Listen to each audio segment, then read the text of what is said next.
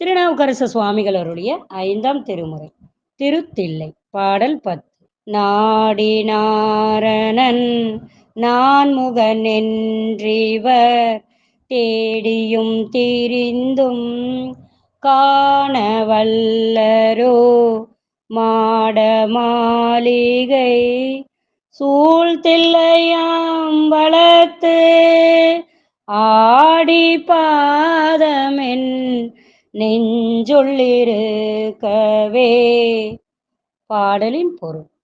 நாரணன் நான்முகன் என்ற இருவரும் தேடியும் தெரிந்தும் காண முடியாத இறைவன் சிவபெருமான் மாட மாளிகைகள் சூழ்ந்த சிற்றம்பலத்தில் ஆடும் பிரானும் மற்றவர்கள் எளிதில் அறிய முடியாத பெருமை படைத்தவனும் ஆகிய சிவபெருமானது திருவடிகள் எனது நெஞ்சத்தில் எப்பொழுதும் உள்ளது.